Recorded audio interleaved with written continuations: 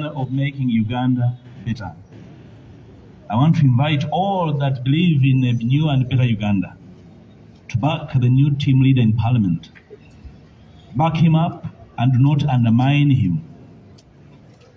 Advise him, do not backstab him. Work with him, do not downplay his energy, sacrifice, and effort. To my new team leader, you have my back. And to my party, the struggle continues. I'll be available to back the new team leader and we see a better Uganda. I thank you most sincerely for good in my country.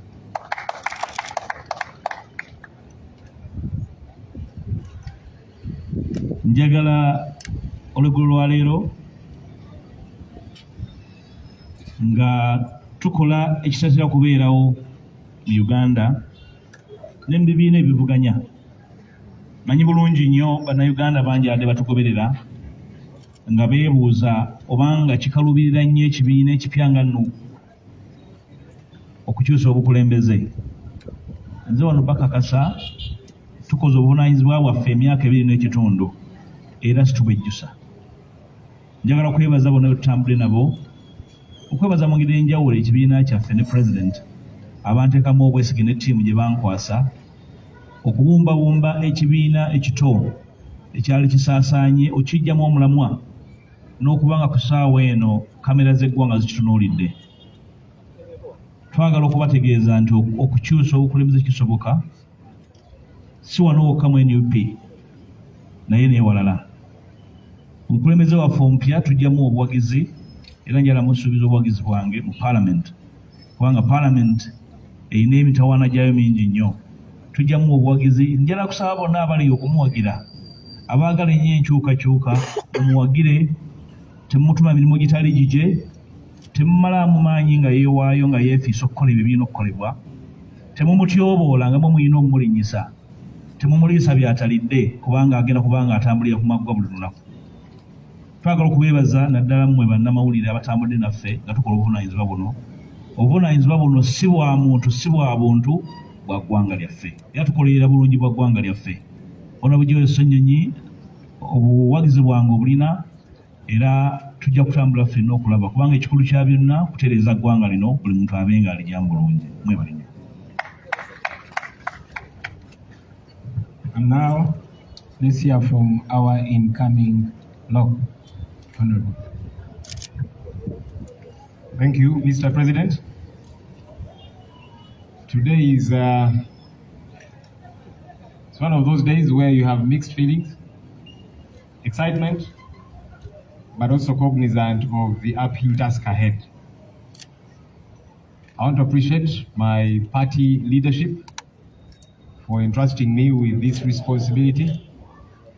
It's a huge, huge responsibility, but I believe God is going to help me to execute this responsibility. I want to salute the Right Honorable Mathias Mpuuga, our outgoing leader of the opposition. He has led in very difficult circumstances. The expectations were high from across. Sometimes he was expected to do work that government should be doing. And he bore that burden, but he remained strong. At some point I thought he would give way when there was a lot of fire from left, right and center, but he kept leading us amidst difficult circumstances. And to you, sir, I want to say, I'll keep looking up to you in many ways to guide me on how to operate. And I'm glad you have offered to give me assistance and guidance. I will look forward to that because we keep learning. The Right Honorable Mathias Mpuuga has been in politics for quite a bit of time.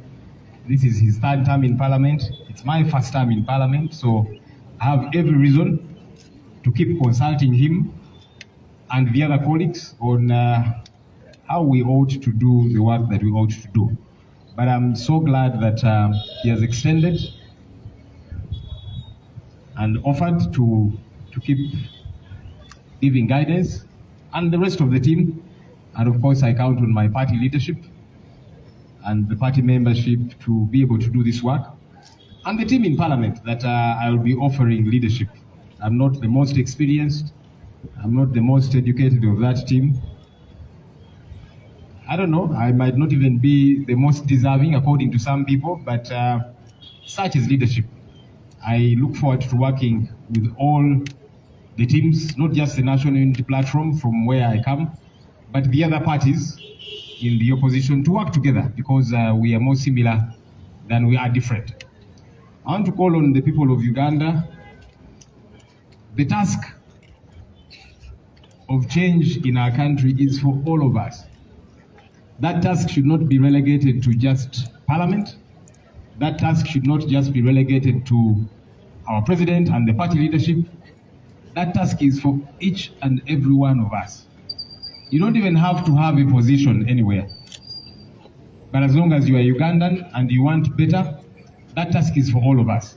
So in Parliament, we'll do the best that we possibly can, and we shall. I want to give you my commitment because the law is clear. Rule 14.1 of our Rules of Procedure provides that the cardinal role of the leader of the opposition is to keep government in check. Together with the team I'll be working with, we pledge to do that role as God enables us, but to call on everybody out there, let's all play our part. As we ignite the fire in Parliament, let each of us play our part wherever it is that we are. Njagala okwebaza Katonda ku lw'olunaku lwaleero. Weewaawo nina essanyu naye ate nga ntunuulira olusozi bangalagadde oluli mu maaso gange lwe nina okutabaala awamu ne bannange, naye nina essuubi nti Katonda agenda kunsobozesa. Njagala okwebaza obukulembeze bw'ekibiina kyange olw'okunteekamu obwesige. Njagala okwebaza Oweekitiibwa Right Honorable Mathias Mpuuga olw'okutukulembera. Atukulembedde mu kaseera akazibu nga buli omu alina byamusuubiramu, by'alina okukola oboolyawo ne byatasaanidde kukola kubanga tebiri mu doketi ye, naye nga abadde bamusuubiramu bingi ng'ate nabo bangi. Naye asobodde okusigala nga atukulembera, atumwebuuzaako, ate n'asigala nga mugumu. Ssebo twagala okwebaza olw'okutukulembera, era njagala n'okwebaza kubanga owaddeyo obweyamu okutukwata ku mukono. Naddala nze nja kutawaanya nnyo ssebo nga nkwebuuzaako kubanga obadde mu kifo kino, obadde mu Parliament, kati eno ttaamu yo yakusatu, nze eno yeesooka. So nja kwebuuzangako nnyo kubanga munange bino si bya competition ani asinga. Kubanga n'abantu bengenda okulembera bangi bansinga emyaka, bangi bansinga experience, oboolyawo n'obusobozi ng'omu agamba nti maybe yali badde asaanidde, oli yali badde asaanidde, naye ebya Katonda bwe bityo bibeera. So mpa obweyamu nti nja kukolaganira wamu ne ttiimu mu Parliament, si just bannakibiina bannange mu NUP naye n'ebibiina ebyenkyukakyuka bannaffe abalala. Saba tukwatire wamu, nja kubeebuuzangako nnyo, sijja kubeera mufuzi, nja kubeera mukulembeze mu nsonga eno. Nja kusembayo ne kino nti ensonga enkyukakyuka kikulu nnyo buli munnayuganda n'agyetabamu. Tuleme girekera Parliament yokka, tuleme girekera bukulembeze bwa NUP. Buli omu oli ne bw'oba nga tulina kifo kikukakatako nga munnayuganda okukola ky'osobodde okukola, kola nti enkyukakyuka eno ebeerawo. Ffe nga Parliament tujja kukola kye tulina okukola, era tujja gukuma, mujja gulabanga. Naye nga bwe tugukuma tusaba nti naffe ffenna bannayuganda yonna gye tuli twegatteko. Tekijja kuyamba nga action eri wali just mu Parliament wokka, otherwise kijja kubanga kyakunyumirwa abali eno ne musanyuka nti Parliament babyogedde naki ng'ate ffe tetukoze kye tulina kukola. So nsaba nti ffenna tukwatire wamu ku nsonga eno ey'enkyukakyuka, era nina essuubi Katonda ajja kunkwatirako amu ne bannange. Mwebale nnyo mwebale. Thank you very much. Ladies and gentlemen, those that doubted in the formidability of NUP, those that doubted in our leadership, here we are.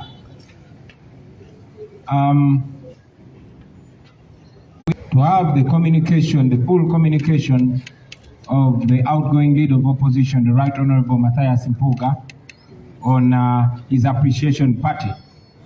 But we were constrained to speak to you because we know that if we don't set record straight, it is very easy for each one of you out there, especially our detractors, to come up with their own thoughts and narratives. So here we are. To you, Right Honorable Mpuuga, thank you for the leadership in tough times. Thank you for the comradeship and brotherhood and the mentorship that you've given to various leaders, including myself. Thank you for the insistence and bravery to face seemingly insurmountable odds. Thank you for being a punching bag for so many people, those who matter and those who don't matter, but constantly pursuing what we promised the country. Thank you.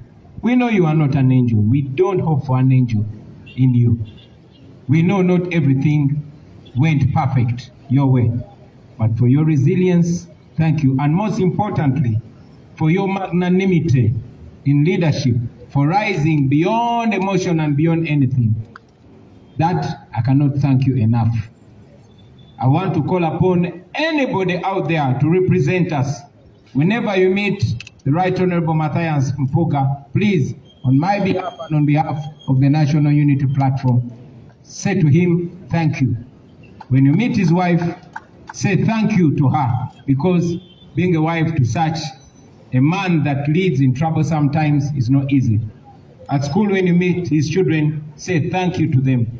We shall forever be appreciative. You all know, ladies and gentlemen, that by rankings, our outgoing leader of opposition has performed way better than those who came before him. It is our culture to give way at our prime, to give way at a time when we are the best examples, so that those that come after us can aspire to achieve the kind of leadership that we are giving. So today, this is not a firing like some detractors would like to call it. It's not a demotion like some detractors would love to call it. It is a moral change. It is our belief that because we have the resourcefulness and the blessing of senior leaders, of experienced leaders and knowledgeable leaders, we want to use that to again also empower and groom younger leaders. So in our leadership, you'll find senior leaders and young leaders. I came in as a young leader myself, but because of the trust and comradeship, but most importantly, the mentorship of those that I'm even leading, that's why I am able to stand and will continue to stand. So with that, we appreciate you, Honorable Mpuuga, and we shall reiterate that at every opportunity.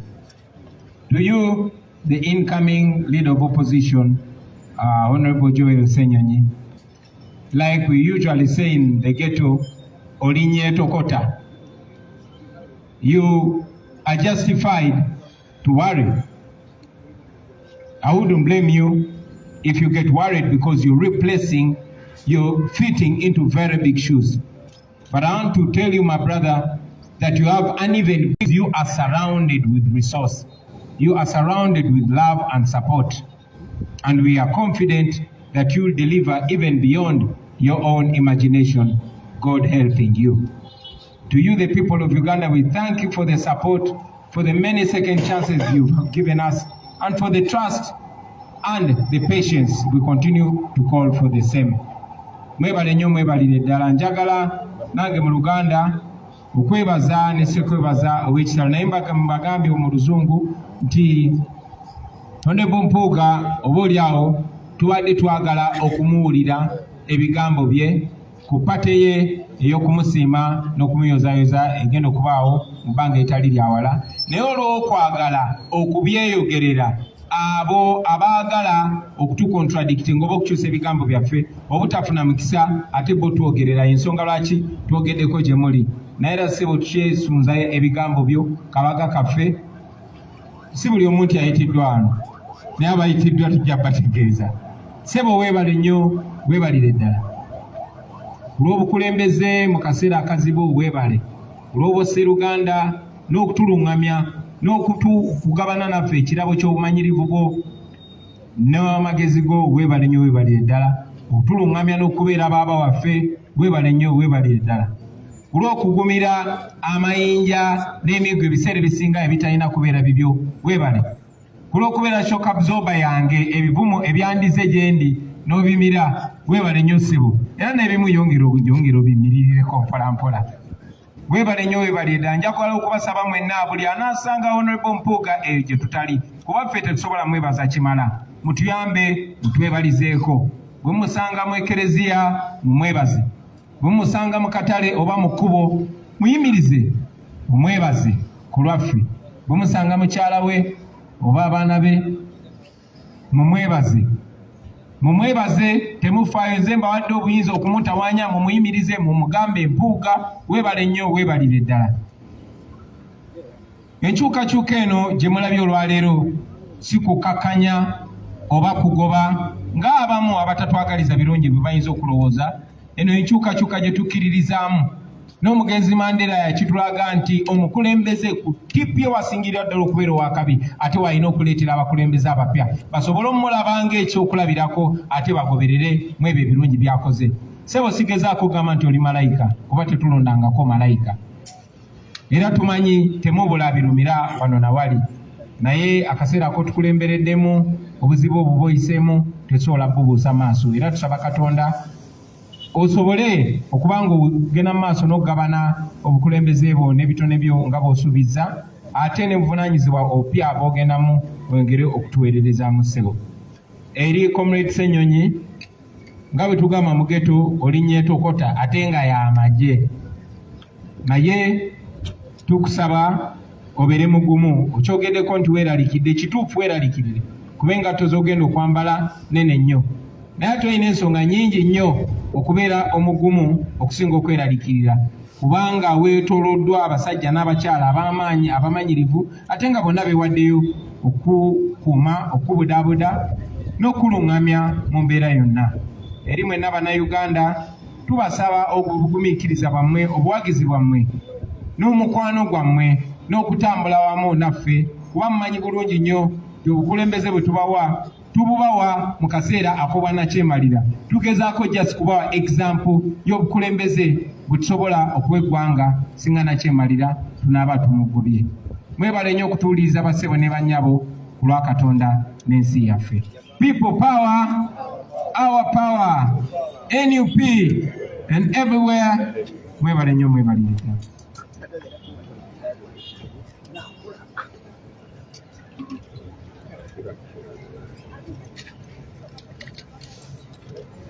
Yes, mkitegere.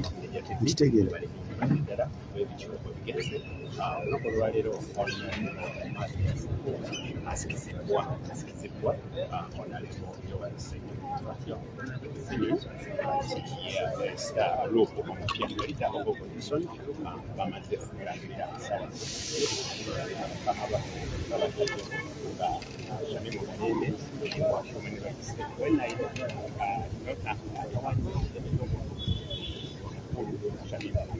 yes, but sawa tu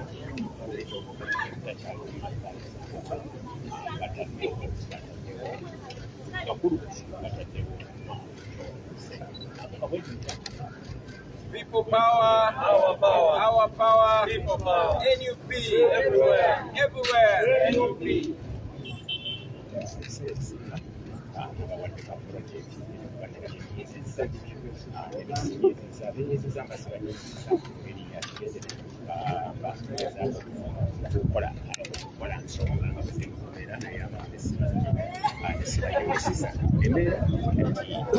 tosobola kukola kubeera eritakunyumira awo balinyumidde gezaako kunojjolayo nsonga yatewomula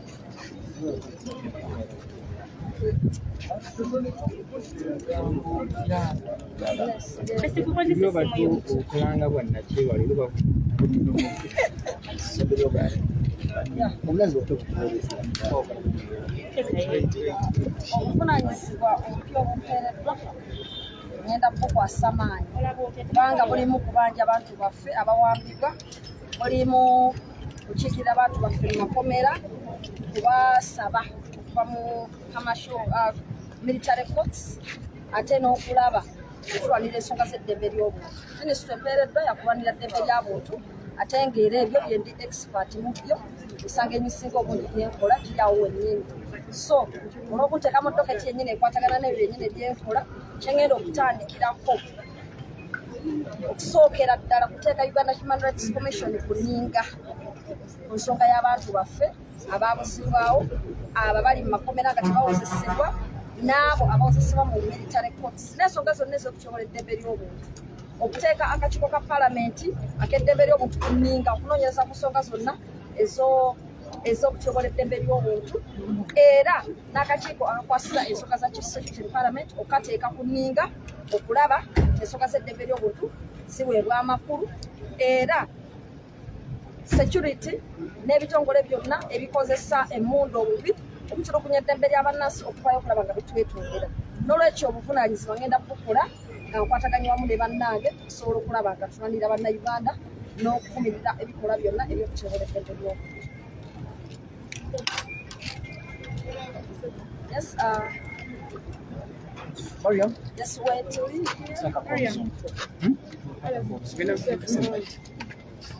Yeah, I've been appointed as the shadow minister for human rights, and that's clearly my docket because it involves representing victims of political persecution in courts of law, in police detentions and prisons, and it also involves following up on matters of human rights violation. So what I'm going to start with in my new term is to put the Uganda Human Rights Commission on task and government officials and the relevant committees on matters of human rights to do the needful so that we can have our missing persons produced, and we also have those persons in detention without trial to be produced in courts of law. We shall continue offering the pro bono services and working as a team.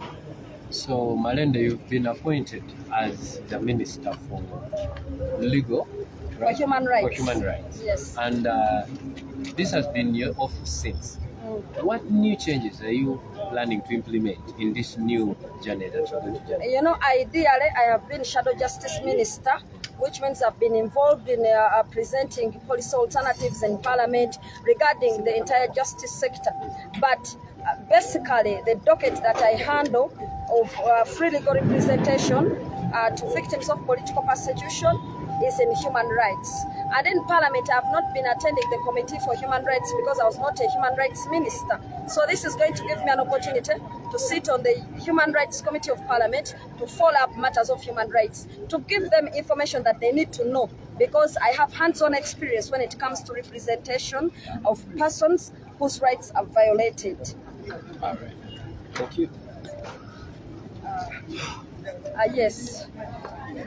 Whoever is following us, tuli ku kitebe kyaffe wano e Makerere Kapule, twagala kukumenyeramu ekibaddewo wano ku kitebe kyaffe, naye nga ekikulu ekibaddewo nti obukulembeze bwa NUP nga bukulembera Pulezidenti waffe Robert Kyagulanyi Ssentamu bulonze obukulembeze bwa Parliament obupya.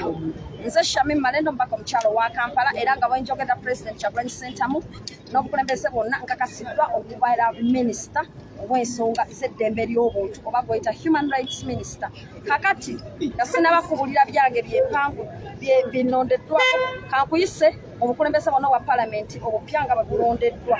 Okusookera ddala leader of opposition alondeddwa nga y'Oweekitiibwa Honorable Joel Ssenyonyi, era nga kati yagenda okutukulembera mu Parliament, era agenda kubanga amyukibwa Honorable Nambeshe nga yabaddeko nga Chief Opposition Whip, then alinga Deputy Opposition Chief Whip wagenda kubeerawo Honorable Zake Francis. Abo bagenda okubeera nga bakulembera Parliament. Kuliko Honorable Joel Ssenyonyi, Honorable Nambeshe ne Honorable Francis Zake. bebavunaanyizibwa ku kukulembera Parliament mu side ya Robert Kyagulanyi Ssentamu. Wabula mu cabinet erondeddwa nzayogera Shamim Malende nnondeddwa okubeera minisita ow'ensonga z'eddembe ly'obuntu oba gweta human rights minister. Ekyo nno nga kikwataganamu nekya justice minister kyembaddeko. Ministry eya human rights ekolagana ne justice ministry n'ekolagana okulaba nti balwanira eddembe ly'obuntu ery'abantu wamu n'okulaba ebiyinza okutereeza sekita eya justice mu Uganda. So nga human rights minister alondeddwa kyengenda okutandikirako nti nfunye omukisa okuba nti ngenda kutuula ku human rights committee ya parliament enoonyereza ku bumenyi bw'eddembe ly'obuntu oba okulinnyira eddembe ly'obuntu ate ng'ebyo byenkolera ddala kubanga nsiba mu makooti ne mu police nga nnwanirira abantu baffe abasibibwa obwereere oba abasibwa ku nsonga z'ebyobufuzi. So okufuulibwa human rights minister kimpadde omukisa munene okuba nti ngenda kukwata experience yange gye nzije mu kkooti gye mpolereza abantu gye ngenda mu CMI chambers nga nnoonya abaana SIU n'ebifo ebirala ewaterekebwa abaana okubeera nga ntwala mu human rights committee ya parliament okubeera nga tulwanira eddembe ly'omuntu. Era Uganda Human Rights Commission wamu ne Human Rights Committee ya Parliament beebemu ku bifo bye ngenda okutandikirako okulaba nti nno ensonga z'eddembe ly'obuntu tuli addressinga. Mpozi ku shadow cabinet era njagala kuwaka abamu ku balondeddwa ndowooza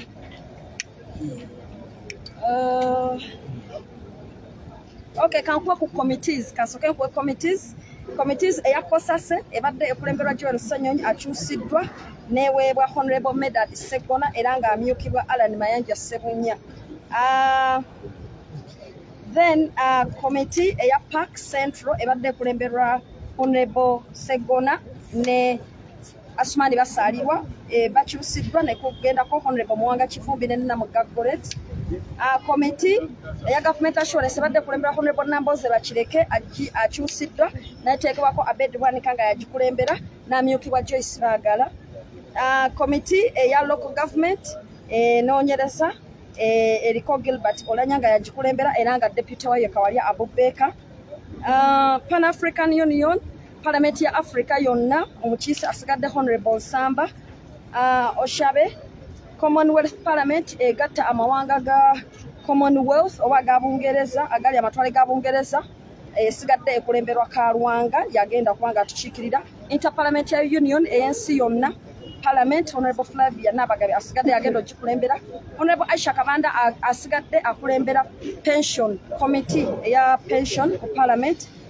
Ba Parliament ya European Union eyo eteereddwako Hanifa Nabukeera ate Parliament IPO eya Islamic oba ekiikirirwa obusiraamu mu nsi yonna ereeteddwako Honorable Kirumira Hassan. Ezo ze committees n'obukulembeze bwazo.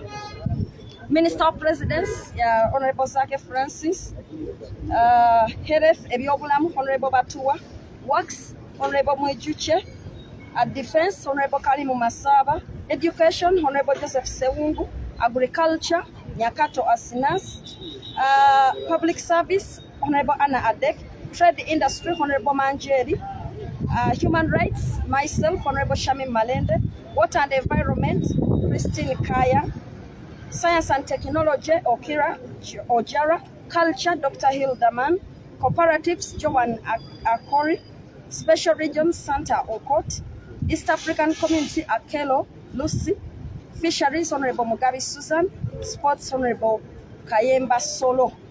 Akulembera KCCA Shadow Minister wa Kampala Honorable Balimwezo Nsubuga, Justice Ministry Jonathan Odur, Attorney General Wilfred Nwagaba asigaddeko, Foreign Affairs Honorable Mwadanku Nyingi, Lands Minister Honorable Lutamaguzi Semakula, Minerals and Energy Honorable Evans Kanyike, Tourism Honorable Nyeko Derrick, Youth and Children Honorable Kawiye Frank, Gender Honorable Nantongo Fortunate, Finance Honorable Semujunganda, Honorable Internal Affairs Honorable Betty Namboze Bakireke, Ministry of Works Honorable Mwijuche. I think Cabinet wetu ebifo bito ebiyimiridde n'okukulembeza ba committees bebiyimiridde naye nga just nyongera kukyukiza nti Leader of Opposition omupya gwe tulina ye Honorable Joel Ssenyonyi nga amyukibwa Honorable Nambeshe era owokusatu nga ye Zaake Francis Butebi nga Shamim Malende ndondeddwa okubeera minisita akwasisa ensonga z'eddembe ly'obuntu mu gavumenti eya Robert Kyagulanyi Ssentamu. Obwo bukulembeze obupya obulangiriddwa olwaliro wano e Makerere Kavule era nga bulangiddwa oluvannyuma lw'olukiiko olwa NEC okutuula ne luyisa amannya gano. Yes, mwebale nnyo, mwebalire ddala.